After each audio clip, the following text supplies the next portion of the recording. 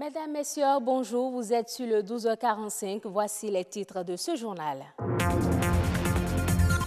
Le Fonds national de microfinance se modernise. Le microcrédit mobile offre beaucoup plus de facilité aux bénéficiaires. Nous ferons un zoom sur ce programme dans ce journal.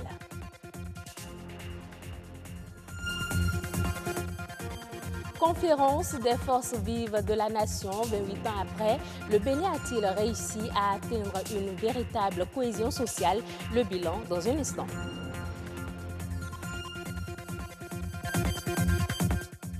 L'Afrique a encore un nouveau talent qui se révèle.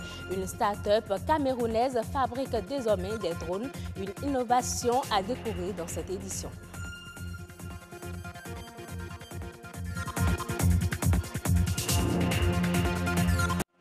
Bonjour à tous. Les systèmes financiers décentralisés partenaires du Fonds national de la microfinance offrent un projet d'auto-emploi à plus de 9000 jeunes béninois dans les services digitaux. Le microcrédit mobile, un nouveau programme digital pour améliorer l'efficacité et l'impact des opérations de prêt et de remboursement des crédits accordés aux bénéficiaires. Suivons ce reportage de Rodrigue Blondoumé, Venus Dossou, Patrick Adjakboudjou pour plus de détails. Le microcrédit mobile MCM, c'est la nouvelle plateforme de finance digitale créée par le Fonds national de la microfinance. Il est destiné à renforcer l'inclusion financière et faciliter l'accès et le remboursement des crédits octroyés sur l'étendue du territoire national. Le microcrédit mobile, c'est un crédit que le gouvernement donne au travers des systèmes financiers décentralisés que l'on connaissait hier sous le nom de microcrédit aux plus pauvres. Sauf que cette fois-ci, le processus d'obtention du crédit a été digitalisé et la manière d'obtenir le crédit se fait sous forme de monnaie électronique. Le terminal qu'ils utiliseront est un terminal Android donc, qui a la fonction d'un smartphone. Cet appareil de finance digitale est un terminal de paiement électronique. Cette nouvelle réforme permettra à ces jeunes recrutés d'enrôler les bénéficiaires du microcrédit mobile, de servir de point de retrait et de remboursement des crédits accordés aux bénéficiaires. En utilisant aujourd'hui la finance digitale pour faire les crédits de masse, on veut d'abord sécuriser le crédit en évitant au maximum la circulation de l'espèce. On veut également permettre l'identification des personnes bénéficiaires et un suivi et une meilleure gestion de la mise en place du crédit et du processus de remboursement. Formés sur la finance digitale, l'utilisation des terminaux de paiement électronique et l'art de vendre des services digitaux, ces agents marchands sont conscients de la mission qui est la leur. Ce projet est fait en sorte que nous puissions être approchés par ces femmes. Toute la communication est faite pour qu'elles sachent que par quartier de ville, il y a des agents pour les paiements électroniques qui sont là pour enregistrer les demandes de microcrédit mobile qui pourront servir d'intermédiaires pour les traiter. Le projet du microcrédit mobile vient donc apporter des solutions aux nombreux problèmes existants. Le but de la formation, c'est d'équiper l'agent pour qu'il soit en main de déjà connaître la nouvelle manière de faire cette activité et de pouvoir être plus proche de la clientèle. Au final, l'agent déjà est un auto-entrepreneur qui pourra développer son entreprise, mais aussi permettre à un bénéficiaire du crédit, quel que soit là où se trouve sur l'étendue du territoire, de pouvoir faire ses opérations de retrait et de remboursement de crédit. Avec cette nouvelle plateforme de finance digitale, c'est un nouveau départ dans les opérations d'accès au crédit de l'État. Au-delà de l'innovation, c'est aussi une opportunité d'emploi pour la jeunesse. L'un des objectifs de la conférence des forces vives de la nation était de préserver la cohésion sociale, seule garante du développement économique du Bénin. 28 ans après, que deviennent le discours et le respect des conclusions de la conférence nationale au plan social? Élément de réponse avec le professeur Doji Amouzouvi, sociologue enseignant à l'université d'Abomey-Calavi. Le discours a évolué vers une sorte d'effritement. C'est-à-dire que les grandes valeurs, les grands enseignements que nous avions hérités de la conférence nationale sont en train de s'effilocher, sont en train de se dissoudre. Pourquoi cela? Le temps fait son œuvre. Les acteurs majeurs sont en train de partir sans forcément transmettre à la génération future qui monte la fièvre, les valeurs, les réalités, la philosophie, même l'état d'esprit de la conférence nationale, qui était à l'unité nationale, qui était à la fibre patriotique, qui était au salut du Bénin dans l'Afrique et dans le monde. Parce que nous avions touché le fond et dans un sursaut national, dans un sursaut d'orgueil, nous avions décidé, le Bénin entier a décidé de renouer et de prendre rendez-vous avec l'histoire. Et gonflés à blanc, nous nous sommes découverts de nouvelles valeurs, des valeurs boussoles, des valeurs références. Ce n'est pas possible. Aujourd'hui, les acteurs d'hier qui ont permis, grâce au contexte, grâce aux défis du moment, grâce aux réalités du moment, à créer cette symbiose, cette synthèse, cette fusion nationale, ne sont plus forcément aux commandes, ou ils sont remis à leurs parents pour cause de vieillesse, ou la nature les a emportés, ou ils ne sont plus dans l'état de défendre ces idéaux-là. Normalement, cet hôtel, cette salle-là, PLM à Lédio, devait être mémoire, un lieu d'histoire pour tout Béninois pendant des siècles, pour toute la vie, pour qu'on aille dire le renouveau béninois, le renouveau démocratique est né, a été accouché là. Mais aujourd'hui, regardez ce qu'on fait de PLM à Lédio, regardez ce qu'on fait de cette salle mythique. Mais où est-ce qu'on va préserver la mémoire? Rien pour moi n'a été mauvais. La conférence nationale était venue comme le salut du Bénin. Mais aujourd'hui, de 90 à 2000, à 2018, 20 ans, 30 ans, 40 ans pratiquement après, qu'est-ce qui reste de l'héritage de la conférence nationale? Je ne suis pas de ceux qui disent qu'il nous faut une autre conférence nationale parce que les conditions ne sont pas réunies, parce que les acteurs ne sont pas réunis, ne sont pas les mêmes. On ne va pas refaire le monde, on ne va pas recréer. C'est de la facilité que de dire allons aux états généraux. On sait ceux qui font ou disent ces choses-là. Ce n'est pas de ça qu'il est question. La conférence nationale, les forces vives de la nation, a été fondatrice de quelque chose, a fondé la chose, a semé une graine. Faisons en sorte que le plan sorti de cette graine-là ne meure point. C'est de ça qu'il est question. C'était donc une interview réalisée par Arnaud Adadja. Les travaux de la première session ordinaire du Conseil économique et social souffrent pour le compte de l'année 2018. L'occasion est saisie par les membres pour réévaluer les activités menées au cours des années précédentes et faire face aux différents défis à relever pour le rayonnement socio-économique du Bénin. Christelle Tongodo d'Inbouraïma. C'est une institution connue pour la sauvegarde des intérêts du peuple.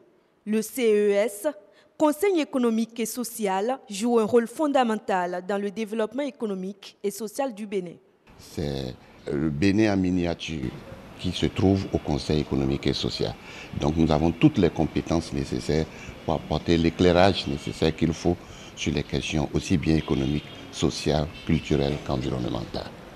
Mais il faut nécessairement un corps approprié et pour pouvoir être entendu par les populations pour lesquelles ces réformes-là sont opérées et qui va souvent et d'abord davantage dans l'intérêt supérieur de ces populations.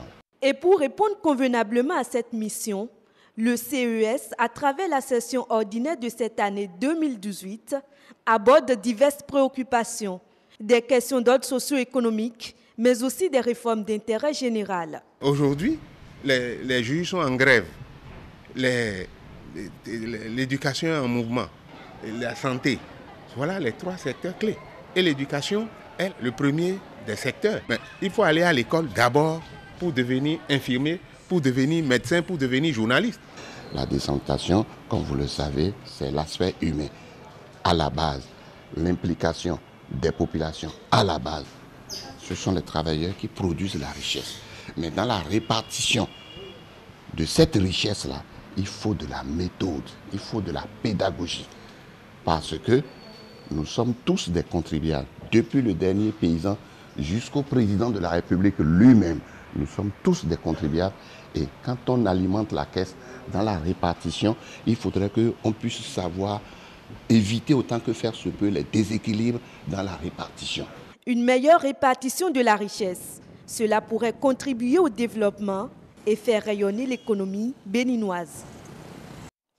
Page internationale à présent, en Côte d'Ivoire, les résultats macroéconomiques sont encourageants selon le dernier rapport de la Banque mondiale avec un taux de croissance de 7,6% en 2017.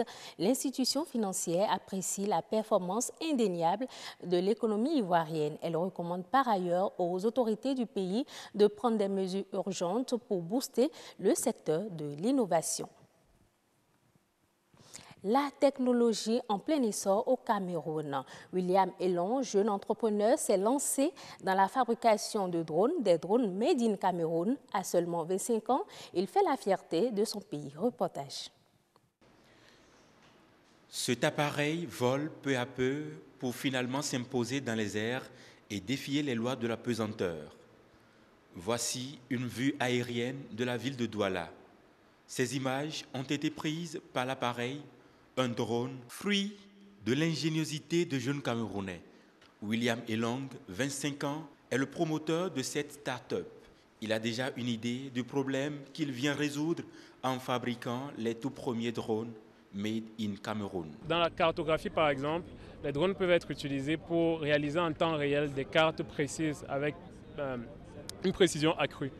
Deuxièmement, pour la détection des feux de forêt, par exemple. Avec une caméra thermique aujourd'hui, ou la lutte contre le braconnage, on peut utiliser des drones pour détecter des menaces en zone forestière ou sur des exploitations, par exemple sur des parcs animaliers, ce genre de choses, ou la surveillance, par exemple, maritime. Parce que vous savez, l'un des principaux enjeux de sécurité en Afrique aujourd'hui, c'est la piraterie maritime. Il n'est diplômé ni en informatique, ni en robotique, mais se présente aujourd'hui comme l'un des patrons d'une jeune entreprise qui s'investit dans les technologies de demain. Près d'une dizaine de jeunes, dont la moyenne d'âge est de 22 ans, travaillent avec lui. Ils sont majoritairement composés d'ingénieurs et de développeurs.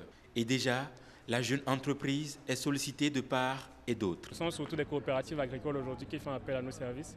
Et l'idée est vraiment de s'attaquer à tous les secteurs. Par exemple, dans les télécommunications, je vais prendre un exemple. Aujourd'hui, pour surveiller un pylône, pour faire un audit sur un pylône de télécommunication, on doit avoir un agent qui monte sur le pylône. Donc, il doit escalader le pylône, ça prend du temps. Avec un drone, on peut faire la même opération en 30 minutes. Le rêve de William et de ses collaborateurs est de vendre leurs appareils hors du Cameroun. L'entreprise est déjà présente en Côte d'Ivoire et envisage l'ouverture d'un bureau en France et aux États-Unis. Plus que des drones à confectionner et à commercialiser, William veut bâtir un empire pour le développement de l'intelligence artificielle. Plein succès donc à l'entreprise de William Elong. En Centrafrique, on peut être incarcéré pour sorcellerie et pratique de charlatanisme. Principale victime, les femmes. Malgré le manque ou du moins l'inexistence de preuves matérielles, les accusés sont punis et détenus à la maison d'arrêt consacrée aux femmes. Reportage. Dans cette chambre à peine éclairée, autour de ces images pieuses, ces femmes méditent et se consolent. Nous sommes ici à la maison d'arrêt de Bimbo, en République centrafricaine. Ces détenus purgent une peine de réclusion criminelle. Mobiles de leur incarcération, pratiquent de charlatanisme et sorcellerie, un crime prévu par le Code pénal centrafricain. Et pourtant, toutes clament leur innocence. Je ne reconnais pas ce que l'on me reproche. Le mari de ma sœur est décédé. On ne l'avait pas bien soigné. Ma sœur m'a créé des ennuis. C'est pour cela qu'on nous a amenés ici. Son histoire ressemble à beaucoup d'autres. Difficile, voire impossible, d'établir les preuves. Dans ces conditions, l'accusation vaut le plus souvent condamnation. En Afrique, il y a une catégorie de personnes qui est toujours accusée de sorcellerie, à savoir les personnes vulnérables, les femmes, les enfants et les vieillards. Quand le problème se pose et ça arrive devant la justice, le juge même a du mal à avoir les preuves. C'est toujours mystique. Les personnes souvent accusées à tort ou à raison de sorcellerie en Afrique subissent pour la plupart des cas les affres de la vindicte populaire. Ainsi se referme cette édition. Merci de votre fidélité. Je vous retrouve avec plaisir à 19h45.